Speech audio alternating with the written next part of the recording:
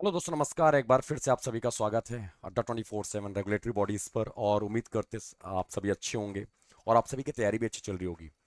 दोस्तों, आज हमारी फर्स्ट क्लास है और आज हम लोग कवर करने वाले हैं banking and finance current affairs MCQs. दोस्तों, अगर हम बात करें, आपने देखा होगा कि अभी में आप इसके पहले भी हमारा सीबीओ का नोटिफिकेशन जब भी आया था, उसमें एक कह सकते हैं एक बहुत बड़ा वेटेज, एक एक बड़ा पोर्शन हमारा कवर होता है banking and finance current affairs से। ठीक है। तो आज हम लोग उसी सेक्शन को कवर करने वाले हैं यहां पर, और आपके साथ हम डिस्कस करने वाले हैं अक्टूबर मंथ के इंपॉर्टेंट एमसीक्यूज। आज आपका पार्ट 1 है। प्रॉपर अक्टूबर तो कंप्लीट होगा नहीं आज में, बट हाँ, आज आपकी फर्स्ट क्लास है, थोड़ा लेट हो गई है आपकी क्लास। आप जो बैंकिंग और फाइनेंस करंट अफेयर्स की क्लास है वो आपको रेगुलर चला करेगी आपका Thursday, Friday and Saturday. Is that clear? ठीक है। तो हम लोग आपसे यहां पर आ जाते हैं और आपको डेली जुड़ना है यहां पर। डेली के डेली इस टाइमिंग पे आपकी क्लास होगी ही होगी। रात में डेली जाएगी, इसलिए आपको रात में जाएंगे क्योंकि आप सभी बैंकर हो यार, और आपको फ्री टाइम पे ही आपको देखना है। तो हम लोग यही प्लान करके हम लोग थोड़ा सा थोड़ा हम लोग को दुविधा और कह सकते हो उन सारी चीजों का सामना करना पड़ सकता है। बहरहाल, बट फिर भी आपके लिए सबसे सूटेबल टाइम होगा रात की इस टाइम, यानी कह सकते हो प्राइम टाइम। तो इसीलिए हम लोग डेली आपके इसी टाइम पर मिलेंगे आपके साथ, और नए नए न्यूज और ढेर सारे अपडेट के साथ। तो आइए स्टार्ट करते हैं। स्टार्ट करने से पहले जैसे कि आपको पता होगा कि ये इस बार का जो नंबर ऑफ वैकेंसी है वो अच्छा खासा वैकेंसी देखने को मिल रहा है। 5000 प्लस वैकेंसी। लास्ट टाइम पे 1200 प्लस वैकेंसी, 1200 कुछ वैकेंसीज देखने को मिले थे। उसके पहले और कम वैकेंसीज आई थी। तो इस बार कह सकते हैं हम यूं कि बम्पर वैकेंसी है डियर सर्कल बेस्ड ऑफिसर का। ठीक है। तो आते हैं सबसे ये जैसा कि आपको पता होगा कि ये हमारा एमसीक्यूज बैच है और फ्री ऑफ कॉस्ट है। आपको वाईटी के थ्रू आपको सारी चीजें हम लोग कवर कराने की कोशिश करेंगे यहां पर। ठीक है, जो एमसीक्यूज फॉर्म में होगा। ठीक है। तो आते हैं दोस्तों, सबसे पहला न्यूज आपके स्क्रीन पर है, जो आपको हम इसको दो तरीके से कवर कराएंगे। पहला तो एमसीक्यू होगा, एमसीक्यू के फॉर्म में होगा। सेकेंडरी थिंग आपका इसके बाद हम आपका यहां पर आप देखोगे, ठीक है, आपका पूरा प्रॉपर आर्टिकल होगा। जब हम आपको इसका पीडीएफ भी प्रोवाइड कराएंगे तो आपको ये सारी चीजें क्लियर हो जाएंगी यहां पर। तो एमसीक्यूज देन आर्टिकल, और उसके बाद आप वहां से आर्टिकल से भी अलग अलग क्वेश्चंस बना सकते हो। तो सबसे पहला न्यूज है आपका, सबसे पहला क्वेश्चन आपके स्क्रीन पर, what is the name of fintech unicorn? उस फिनटेक यूनिकॉर्न का नाम क्या है दैट विल मर्ज, जो कि मर्ज होगा with north east small finance bank? ठीक है, north east small finance bank में उस फिनटेक, इनमें से कौन सा फिनटेक है जो मर्ज होगा? तो गाइस यहां पर ऑप्शन आपको दिख रहा है, दरअसल ऐसे होना चाहिए, देन उसके बाद आंसर आना चाहिए, इट्स स्लाइस। आपने आईपीएल देखा होगा, आईपीएल के जर्सी पर देखो स्लाइस का स्लाइस लिखा होता था। दरअसल स्लाइस एक फिनटेक है गाइस। ठीक है, क्या है? एक फिनटेक है, और यही फिनटेक किसमें मर्ज होने हो गया हो जाएगा? तो दोस्तों, north east small finance bank में। किसमें? North east small finance bank में मर्ज हो जाएगा। इंडिया में टोटल कितने स्मॉल फाइनेंस बैंक है? अब यहां से देखो स्टैटिक क्वेश्चन बनने लगा। How many small finance bank in India at present? Guys there are 12। Total 12 small finance bank है अभी वर्तमान समय में इंडिया में। ठीक है। Which is the first small finance bank in India? सबसे पहला इनमें, यानी ऑप्शन दे देगा आपसे, आपसे क्वेश्चन ऐसे पूछ लिया जाएगा, इनमें से कौन सा सबसे पहला बैंक है, सबसे पहला स्मॉल फाइनेंस बैंक है इंडिया का? तो guys it's capital small finance bank. कौन सा था? Capital small finance bank is the first small finance bank in India. दोस्तों, small finance bank recommended by which committee? यानी किस कमिटी के रिकमेंडेशन पे स्मॉल फाइनेंस बैंक की स्थापना कराई गई? तो गाइस, और उस समय कमिटी कौन सी कमिटी थी? ऊषा थोराट कमिटी। कौन सी committee guys? It's Usha Thorat committee. Usha Thorat committee ने रिकमेंड किया था स्मॉल फाइनेंस बैंक की स्थापना के लिए। यह ध्यान रखना आप लोगों ने। देखो यहां पे न्यूज बनता चला जाएगा, आपसे क्वेश्चन कर लेगा कि इसमें से चार ऑप्शन दे देगा, चार और पांचवा होगा नन ऑफ द एबव, और उसमें से एक ऑप्शन दे दिया जाएगा कि इनमें से कौन सा स्मॉल फाइनेंस बैंक नहीं है। तो उसमें से आपको सभी स्मॉल फाइनेंस बैंकों के नाम याद होने चाहिए। ठीक है। कैपिटल स्मॉल फाइनेंस बैंक जो सबसे पहला स्मॉल फाइनेंस बैंक था, ये कहां पर सिचुएटेड था? कहां पर सिचुएटेड है? जालंधर पंजाब में। इसका हेडक्वार्टर कहां पर है? जालंधर पंजाब में। और स्लाइस सी है, स्लाइस एक फिनटेक यूनिकॉर्न है जो अभी मर्ज होने जा रही है, किसमें हो जाएगी? तो north east small finance bank में। आइए इसके बारे में देख लेते हैं। तो guys, north east small finance, अभी अगर हम बात करें, अभी कुछ दिन पहले की बात है, मार्च की बात है, मार्च 2023 की बात है। ठीक है, कि north east small finance bank में स्लाइस ने 5% का स्टैक एक्वायर किया था। मार्च 2023, 2023 मार्च की बात है। बट अभी में सडन सडन ये आया न्यूज कि जो स्लाइस एक फिनटेक यूनिकॉर्न है वो क्या कर रही है, स्मॉल फाइनेंस बैंक में पूरी तरीके से मर्ज होने जा रही है। तो गाइज ये न्यूज हमारे लिए इंपॉर्टेंट है, बहुत क्रूशियल और बहुत इंपॉर्टेंट न्यूज होगा आपके लिए। अगला पॉइंट आपके स्क्रीन पर आइए guys, very very important news आपके लिए, स्पेशली एसबीआई सीबीओ के कैंडिडेट, कोई सा भी, अगर आप आरबीआई के एग्जाम में जा रहे हो, नाबार्ड के एग्जाम में जा रहे हो, या फिर सेबी का एग्जाम ही क्यों ना हो, ठीक है, सीबीओ तो इंपॉर्टेंट है ही है। आपसे ये क्वेश्चन डैम श्योर है आपके एग्जाम में क्वेश्चन काउंटर होगा, और लिख के ले लेना ये क्वेश्चन कहीं ना कहीं। अभी हमारा आईबीपीएस पीओ मेंस का एग्जाम था, एसबीआई आईबीपीएस क्लर्क मेंस था, आरआरबी पीओ मेंस था, आरआरबी क्लर्क मेंस था, सब जगह एक एक क्वेश्चन आया ही था अलग अलग तरीके से। उद्गम, उद्गम का पूरा नाम क्या है, उद्गम इनमें से किससे संबंधित है, उद्गम में कितने बैंकों को कवर कर रहा है, तो ये सारी की सारी चीजें। तो सबसे पहला न्यूज आप क्वेश्चन है आपका, RBI has made search facility under its Udgam portal available for how many banks. ये जो उद्गम पोर्टल है ये किसके लिए है, तो guys it's for unclaimed deposit. किसके लिए है यार डियर, तो it's unclaimed deposit, unclaimed deposit के लिए आपका उद्गम पोर्टल लॉन्च किया गया है। किसने लॉन्च किया है, आरबीआई ने लॉन्च किया। अब आपसे यहां पे क्वेश्चन अलग भी आ सकता है, क्वेश्चन ये आ सकता है कि बेटा ये बताओ प्रवाह, प्रवाह क्या है, ठीक है, अंतर्दृष्टि क्या है, क्या है अंतर्दृष्टि क्या है। फिर आपसे क्वेश्चन आ सकता है कि भैया उत्कर्ष क्या है, ऐसे क्वेश्चन आपसे पूछे जा सकते हैं। तो गाइस यहां पर उद्गम पोर्टल कितने बैंकों के लिए अवेलेबल हुआ है गाइस, तो ऑप्शन सी 30 बैंक्स के लिए अवेलेबल हुआ है उद्गम। हमने अभी आपसे क्वेश्चन किया what is the full form of उद्गम, उद्गम का पूरा नाम क्या है, यह आपके सामने रहा।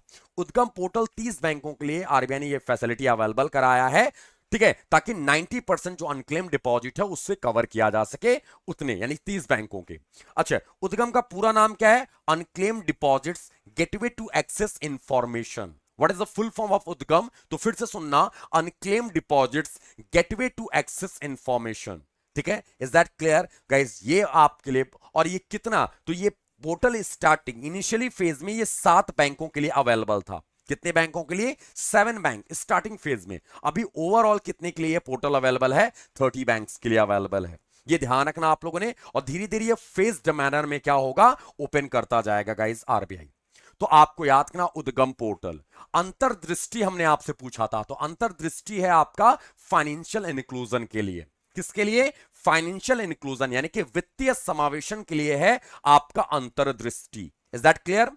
अगला क्वेश्चन आपके स्क्रीन पर रहा दोस्तों, ये सबसे यानी आपका न्यूज क्या है, देखो आप जब भी जाते हो आपसे यहां से देखो क्वेश्चन तो बिल्कुल अलग अलग आने वाले हैं, और लिख के ले लो, जो क्वेश्चन हम लोग यहां पर कर रहे हैं 100% गारंटी है, 100% में। इसलिए हम बोल रहे हैं कि पूरा पूरा क्वेश्चन तो नहीं बोल सकते, बट हाँ आपका यहां पर है 100% इस बात की गारंटी है कि आपसे इसी जगह से क्वेश्चन देखने को मिलेंगे। जो भी क्वेश्चन आएंगे आपको यहीं से देखने को मिलेगा, ठीक है। क्वेश्चन की वर्डिंग अलग हो सकती है, बट क्वेश्चन आपका पढ़ा हुआ होगा, सुना हुआ होगा, ठीक है। क्वेश्चन क्या है, who has been appointed as chairman and managing director CMD by general insurance corporation of India, यानी कि जीआईसीआरई, जीआईसीआरई, आरई यानी कि आपको पता होगा आपको बेसिक इंश्योरेंस भी कवर करने हैं। तो चेयरमैन एंड मैनेजिंग डायरेक्टर कौन बना है दोस्तों, जीआईसीआरई का, तो गाइस रामास्वामी नारायणन, रामास्वामी नारायणन। इन्होंने किसको सक्सीड किया है, तो देवेश श्रीवास्तव को ये सक्सीड करके आए हैं। आपको यहां पे दिख रहे होंगे देवेश भाई, ये देवेश श्रीवास्तव को सक्सीड करके आए हैं कौन, जिनका नाम है Ramaswamy Narayanan. Is that clear guys, yes और नो। तो who is the current CMD, chief managing director, ठीक है, चेयरमैन एंड मैनेजिंग डायरेक्टर, माफ कीजिएगा, चेयरमैन एंड मैनेजिंग डायरेक्टर, ठीक है, by general insurance corporation of India RE, ठीक है। तो गाइस इसके कौन बने हैं, Ramaswamy Narayanan. Is that clear. अगला क्वेश्चन आपके स्क्रीन पर, आप जवाब देने की कोशिश करो इसका। क्वेश्चन क्या है, which of the following has recently received licence from RBI for forex business. आपको पता है आप सीबीओ बनने जा रहे हो, सर्कल बेस्ड ऑफिसर बनने जा रहे हो, या फिर कुछ भी हो एग्जाम हो, कोई सा भी एग्जाम हो, कहीं ना कहीं ऑफिसर कहीं ना कहीं क्लर्क बनोगे, आप उस बैंक की इंप्लॉय, उस बैंक के एसेट रहोगे, ठीक है। तो आपसे जरूर ऐसे क्वेश्चंस उम्मीद करेगा बैंक, कोई भी बैंक हो, कि भाई ये तो पता होना चाहिए फॉरेक्स का लाइसेंस किसको मिला है। और अभी आरबीआई ने अल्टीमेटम दिया है 20 फॉरेक्स कंपनियों को कि भाई जो फॉरेक्स में डील करते थे, बिजनेस करते थे, कि बेटा संभल के करो, जिस दिन मेरा हम ऑडिट कर लिए, ऑडिट तो करता ही रहता है, लेकिन जिस दिन भी गलती पकड़ी गई, छोटी सी गलती के लिए हम मिनिमम 30 से 40 लाख का पेनाल्टी ठोकेंगे। ठीक है, तो अभी आपने देखा होगा, हम इसलिए बोल रहे हैं क्योंकि आरबीआई ने अभी बहुत सारे कोऑपरेटिव, कल की न्यूज है कि बहुत सारे कोऑपरेटिव बैंकों के ऊपर स्क्रूटनी कर लिया। देन उसके बाद आरबीआई ने 6 या 7 कोऑपरेटिव बैंकों के ऊपर पेनाल्टी इंपोज किया। 3 बड़े बैंकों के ऊपर 10.34 करोड़ का पेनाल्टी इंपोज किया, जिसमें से इंडियन ओवरसीज बैंक है, बैंक ऑफ बड़ौदा और सिटी बैंक है। सबके रूल, सब किसी न किसी, जब ऑडिट हुआ तो उसमें कुछ न कुछ गलतियां पाई गई। आरबीआई ने बोला हम ये नेग्लेंसी में नहीं आएगा ये हमारे, और इसमें हम पेनाल्टी इंपोज करेंगे करेंगे। ठीक है, तो which of the following has recently received licence from RBI for forex business? Forex मतलब विदेशी मुद्रा। ठीक है, बस ऐसा फॉरेन एक्सचेंज। तो गाइस इसमें कौन आया है? It's Indel Money. क्या नाम है इसका? इंडल मनी। अशोक सर बोल रहे हैं sir central bank of India legal officer का बैच स्टार्ट करवाएंगे क्या?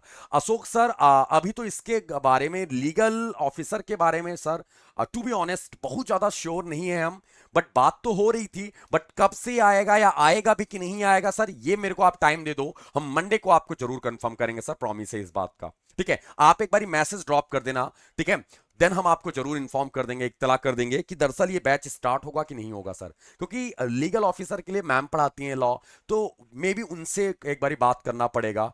तो आपकी जब नेक्स्ट क्लास होगी सर, पक्का प्रॉमिस आपको हम इन्फॉर्म कर देंगे डियर। ओके अशोक सर, अगले पॉइंट मूव करते हैं, इंडल मनी। ओके गाइस, यहां पर हम आपको पीडीएफ भी दे रहे हैं। जब आपको पीडीएफ देंगे तो ये सारे जो आर्टिकल है ना, ये सारे आर्टिकल आपको क्लियर हो जाएंगे। यहां पर आप देखो, यहां पर क्वेश्चन एक और पूछा जा सकता है, आप ऑफिसर बनने जा रहे, माफ कीजिएगा, सॉरी वेरी सॉरी, ऑफिसर बनने जा रहे हो तो आपसे क्वेश्चन ये आ सकता है किस एक्ट के अंतर्गत? तो guys it's FEMA act, foreign exchange management act 1999, 1999 के सेक्शन 10 सबसेक्शन 1 के अंतर्गत इसको लाइसेंस दिया गया है। Is that clear guys? तो आपको ये याद रखना, इंडल मनी ने फॉरेक्स लाइसेंस, फॉरेक्स मतलब फॉरेन एक्सचेंज का लाइसेंस मिला है फेमा एक्ट, फेमा एक्ट 1999 के अंतर्गत सेक्शन 10 सबसेक्शन 1 के अंतर्गत। ठीक है, ये ध्यान रखना, ये हमने आपको पहले भी बोला था, आरबीआई एक्ट, आरबीआई से रिलेटेड एक्ट और sections, it's very very crucial and important, याद रखिएगा।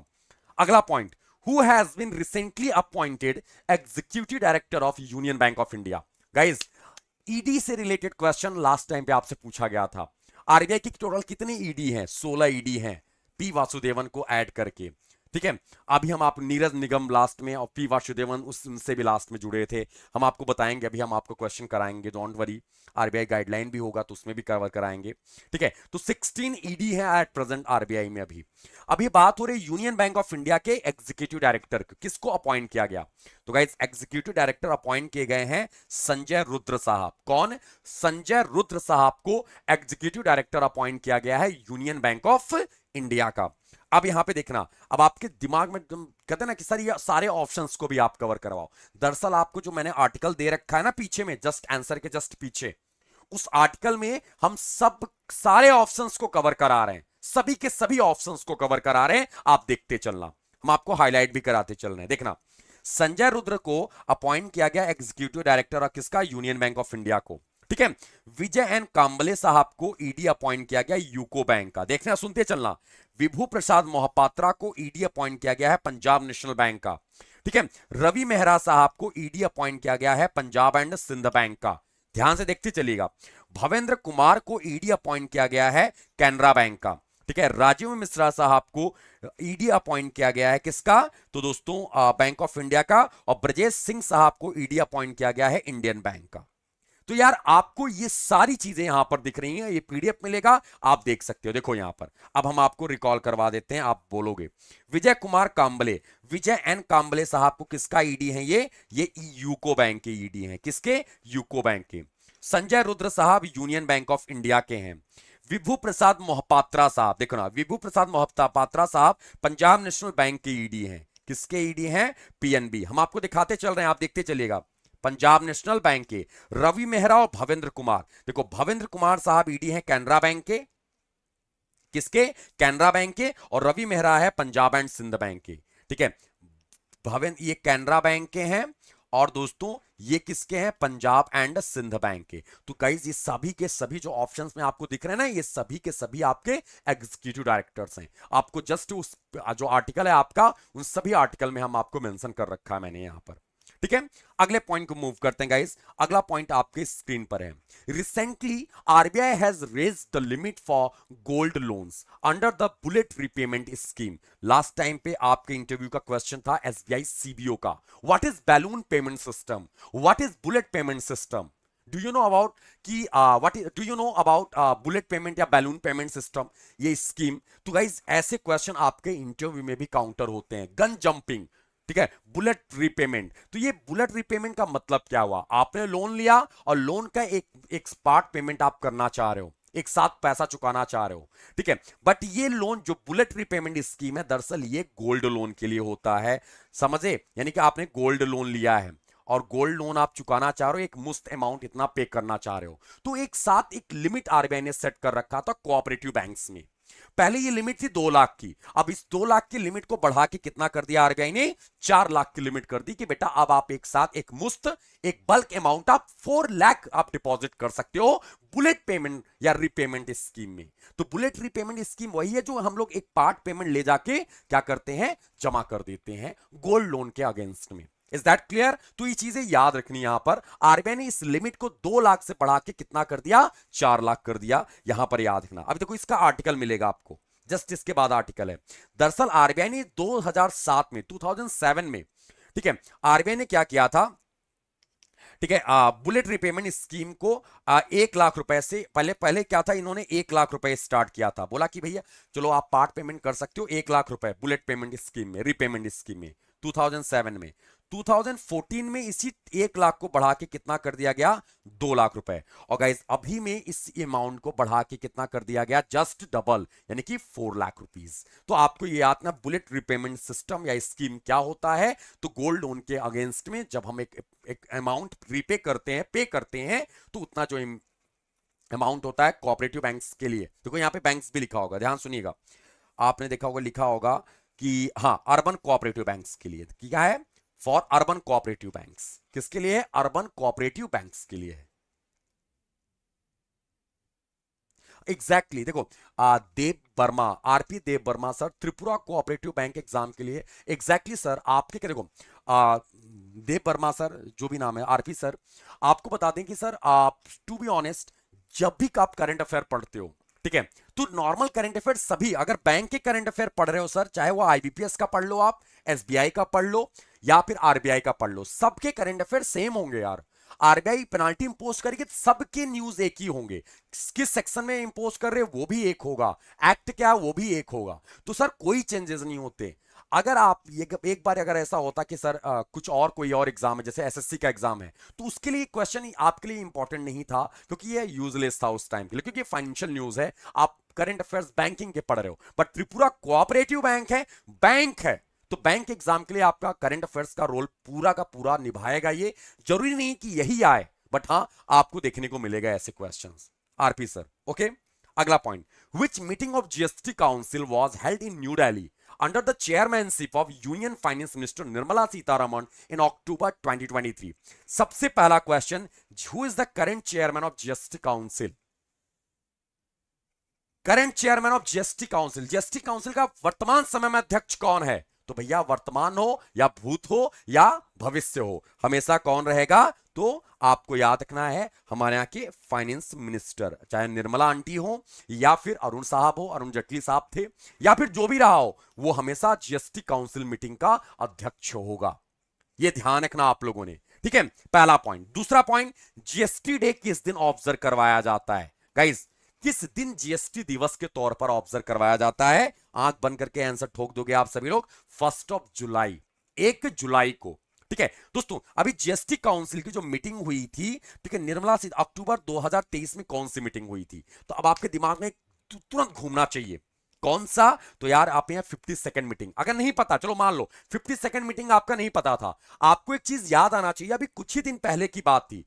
पीएम सर समझिएगा, अभी कुछ ही दिन पहले की बात थी कि इसी जीएसटी काउंसिल मीटिंग में एक डिसीजन लिया गया था, और दरअसल वो डिसीजन ये था कि जितने भी ऑनलाइन गेम्स होंगी, जितने भी ऑनलाइन गेमिंग है, ठीक है, या फिर आपका हॉर्स रेसिंग हुआ, गैम्बलिंग हुआ, या फिर जो हम लोग जाते हैं ना कि कसिनोज वगैरह में, इन सब के ऊपर 28% का जीएसटी लगेगा।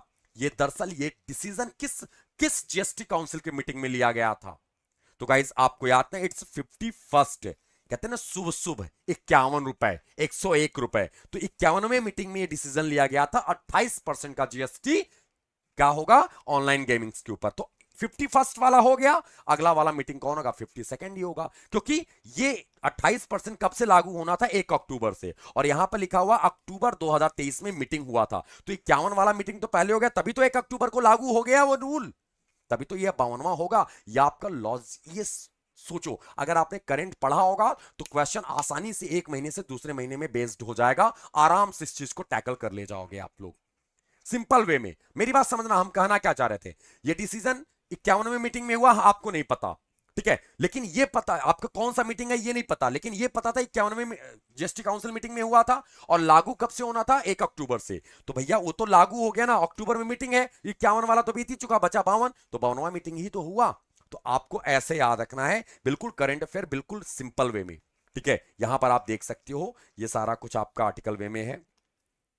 गाइस अगला point, centre has recently extended the tenure of State Bank of India MD Ashwini Tiwari, tenure of period, tenure by a period of कितना?